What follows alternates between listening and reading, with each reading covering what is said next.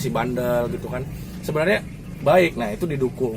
Nah ini masuk kasus di 2020, tepatnya bulan Juni, kasus Pak Novel Baswedan diangkat lagi, dia coba untuk menyampaikan aspirasinya, pendapat dia.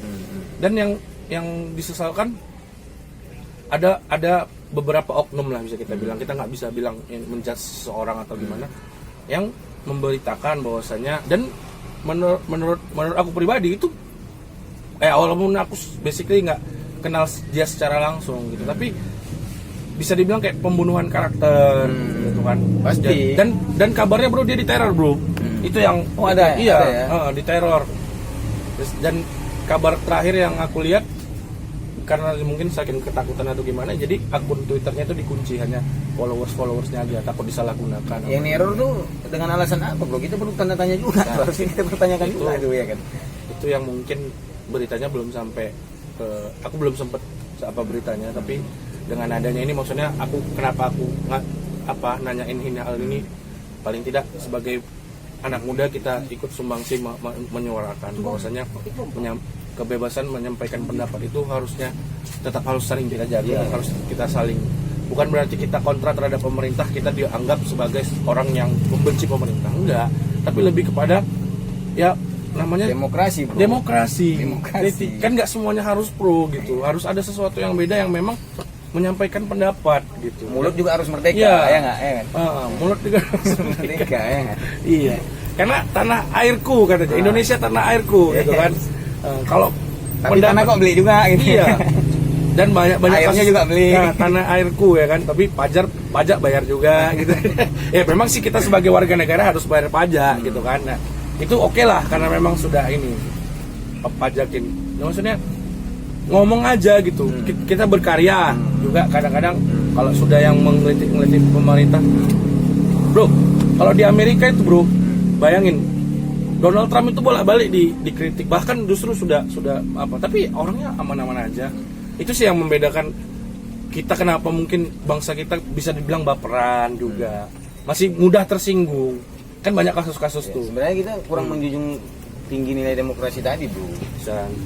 Iya nggak? Kalau kita betul-betul menjunjung tinggi nilai demokrasi itu, boleh saja siapa mau ngomong ya biasa aja, santai aja. Ya betul itu baperan, kenapa harus mesti bawa hati gitu kan? Ya, ya santai aja, dengerin aja apa kata dia, benar nggak gitu? Ya maksudnya sebagai tanda sayang gitu. Kalau misalnya apa mengkritik itu kan supaya kita ditegur nih. Misalnya dalam tanda kutip aku bawa badan gitu. Dia karena care ngomong di depan kita. Badan lu karena perubahan itu saya rasa harus didasari dengan kita harus tahu dulu kesalahan kita di mana, baru kita bisa tahu. Kalau nggak kita nggak dikoreksi sama kita nggak akan bisa berubah bro. Ya pasti gitu-gitu aja. Bro Perdo agak kurangi sedikit berat badannya. Karena kalau berat badan itu terlalu berlebihan nanti bisa membahayakan jantung. Bagus nggak? Bagus dong. Bagus nggak? Iya. Sehat. Nah, kenapa harus baperan ya? Kadang-kadang kita lucu sama lihat. Mungkin ente juga bisa bilang bro, Bro Adil makanya mungkin agak lebih banyak, biar badannya agak lebih besar. Kenapa harus baperan ya? Kenapa harus baperan gitu ya kan? Bisa aja bilang karena memang sudah takdir Tuhan bisa seperti itu. Ya udah, atau komentari dengan hal-hal atau bercandain balik gitu. Alah bro, kayak ini siapa aja gitu kan?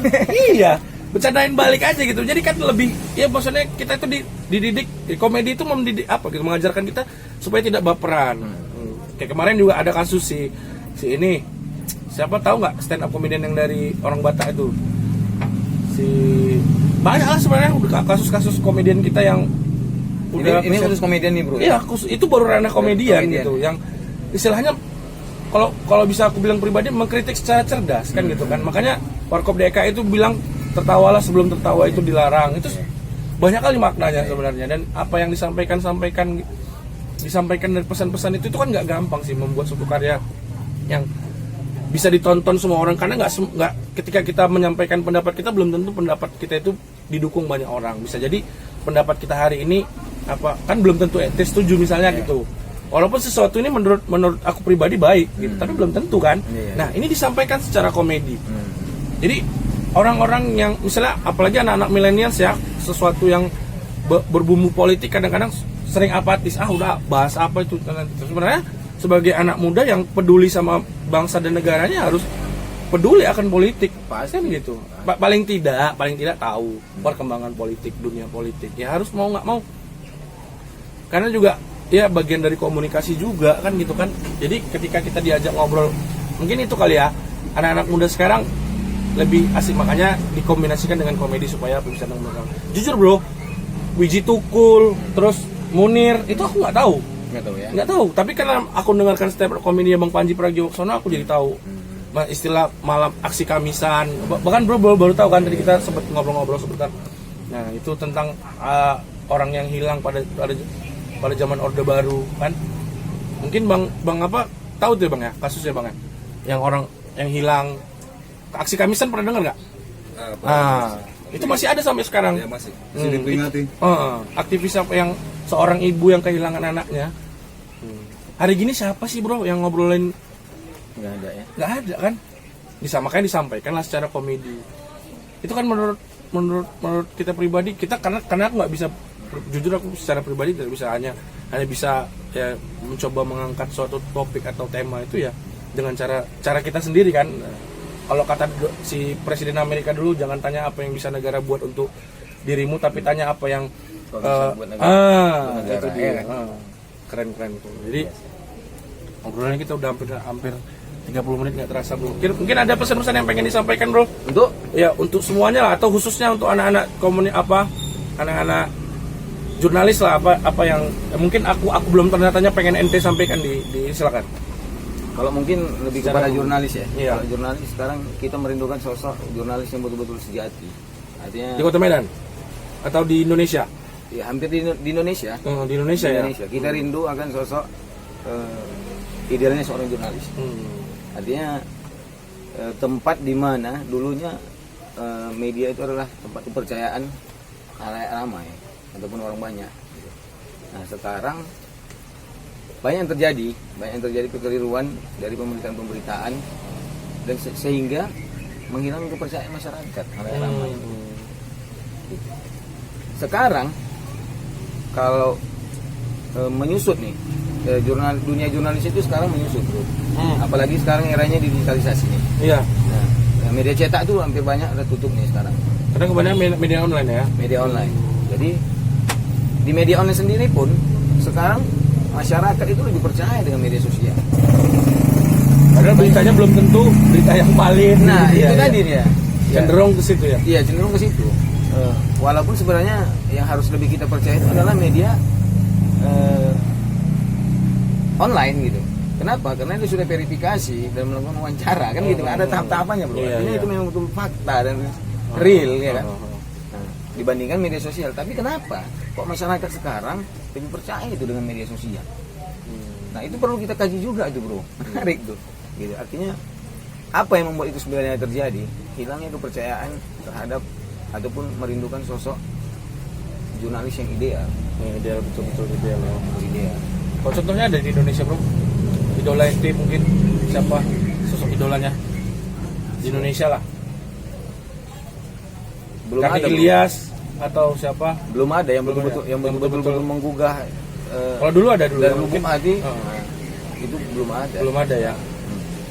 Ya Kalau mudah-mudahan. kalau dulu mungkin kalau dipelajari lagi nih Iya, ya, sejarah jurnalistik itu pasti ada. Pasti ada. Cuman ya masih sedikit membaca tuh tentang itu tadi gitu.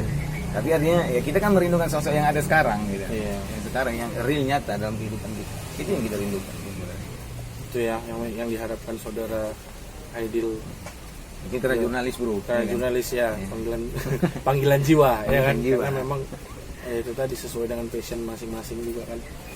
Nah, terus harapannya lah mungkin ke depan untuk ini, karena regenerasi kan di UKM, harapannya untuk UKM Potret sendiri lah mungkin yang lebih sederhana. Ya kalau harapannya regenerasi itu insya Allah dengan adanya kita masih di sini terus mengingatkan ataupun mendidik adik-adik kita gitu kan. Nah, kita yakin dan punya harapan bahwa adik-adik kita akan menjadi mampu menjadi seorang jurnalis yang ideal tadi bro. Artinya menyampaikan kebenaran walaupun akan punya banyak Tantangannya pasti tantangan, musuh, lawannya gitu. Belum lagi godaan-godaannya ya. Nah itu kan godaannya itu yang paling berat bro sebenarnya. Iya. Jadi jurnalis gitu. Ya aku pribadi memang namanya udah godaan itu kan banyak ya godaan-godaannya, bukan hanya apa aja, bahkan kadang sampai pengancaman terhadap orang-orang yang kita sayangin. Itu kan jadi serba salah juga sekarang. Ya kita doain aja semoga Indonesia bisa menjadi negara yang lebih baik lagi. Itu sih harapannya, karena memang ya masih banyak orang-orang di luar sana yang memang ya bahkan untuk makan hari ini aja masih ini gitu. Ini kebebasan kita kebebasan berpendapat aja harus masih dibatasi. Ya kan? Jadi ya mungkin perhatian pemerintah mungkin bisa lebih ke situ. Gitu kan. Ya harapan kami sebagai generasi yang middle ya, pertengahan gitu kan. Yang sebentar lagi mungkin ya kayak Bro Adil, dia sudah berkeluarga ya, Bro. Alhamdulillah. Sudah punya tanggungan. Ya tentunya cukup berdampak kan gitu kan. Pasti. Yang paling nggak tahan tuh kalau udah anak ya, Bro, minta sesuatu kita sebagai seorang bapak tidak bisa, aduh itu miris, bisa kebayang gitu. Jadi itu tadi, jadi kalau kita secara idealis itu memang susah, nggak ada orang yang benar-benar idealis. Jadi kalaupun ada 1-2 paling memang ya, tapi bukan tidak menutup kemungkinan juga. Harapannya kan tentu kita merindukan sosok yang idealis, pejuang hak asasi yang memang hari ini masih memperjuangkan apa yang bisa dibilang orang nggak memikirkan lagi gitu, tapi ada orang yang masih memikirkan nasib hak. Berat lah berat itu, Bro, dan boro-boro mau mikirin orang lain. Iya, namanya aktivis itu mana ada duitnya sih istilahnya ya kan. Hari gini gitu, rokoknya rokok gulung, Bro. Nah, rokok gulung gitu. Nanti kalau di inframe sangka ngeganja lagi. Nyimeng nih anak kan gitu. Aduh, tapi ya itu tadi. Dan for your information, Panji itu salah satu ini juga dia penggagas, bukan dibilang penggagas, tapi dia mendeklarasikan bahwasanya ganja itu legal. Itu keren tuh, Bang Panji. Ganja itu legal. Iya. Dia termasuk sering ngobrol juga sama si ini tuh. Siapa? Ketua apa namanya, Bang? LGN. Iya, lembaga itu ya. Lingkar Ganja Nusantara. Iya, Lingkar Ganja Nusantara. Aku sempat nonton beritanya tuh. Jadi sampai di Rosi kemarin. Iya, Rosi juga. Dan aku salut sama ketua LGN itu, Lingkar, nggak ganti-ganti sampai sekarang.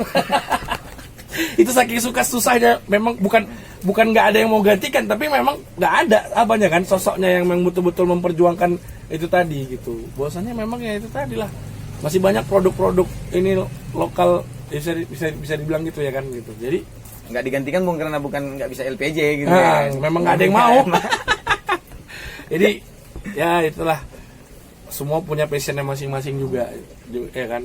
Salut lah dengan orang-orang yang memang masih memperjuangkan hari ini, masih memperjuangkan yang hal seperti itu gitu. Dan nggak semua orang kan bisa memperjuangkan itu semua kan. Oke lah, itu aja mungkin.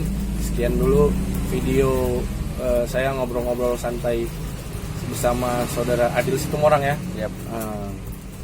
Sukses terus untuk karirnya dan usahanya. Mudah-mudahan dari sini ke depannya bisa lebih baik, dan mungkin kita akan apalagi bersilaturahmi lagi tentunya ya kan. Bila ada kesempatan di lain kesempatan, dan aku insya Allah akan main-main ke sini lah karena bagus di sini ya. Tadi pengrajin kayu juga sekalian bantu promosi. Maksudnya banyak manfaatnya kan, istilahnya kesenian ini for your information guys, dari kayu-kayu bekas gitu Bang ya. Recycle ya, kayu-kayu, jadi nggak ada yang betul-betul nebang pohon, itu enggak, tapi namanya seni itu, art itu kan yang luar biasa kan, ada nilai sesuatunya, mungkin nanti bisa ya paling tidak ada nilai, nggak sekedar uang, karena yang dicari yang di sini bukan sekedar hanya komersil, tapi ya itu tadi dari sisi ada nilai-nilai tersendirinya gitu. Masya Allah ya, itu aja. Sekian dulu video kali ini, jangan lupa like, comment, dan subscribe. Terus sampai ketemu di video selanjutnya. Salam sukses, dadah, thank you bro.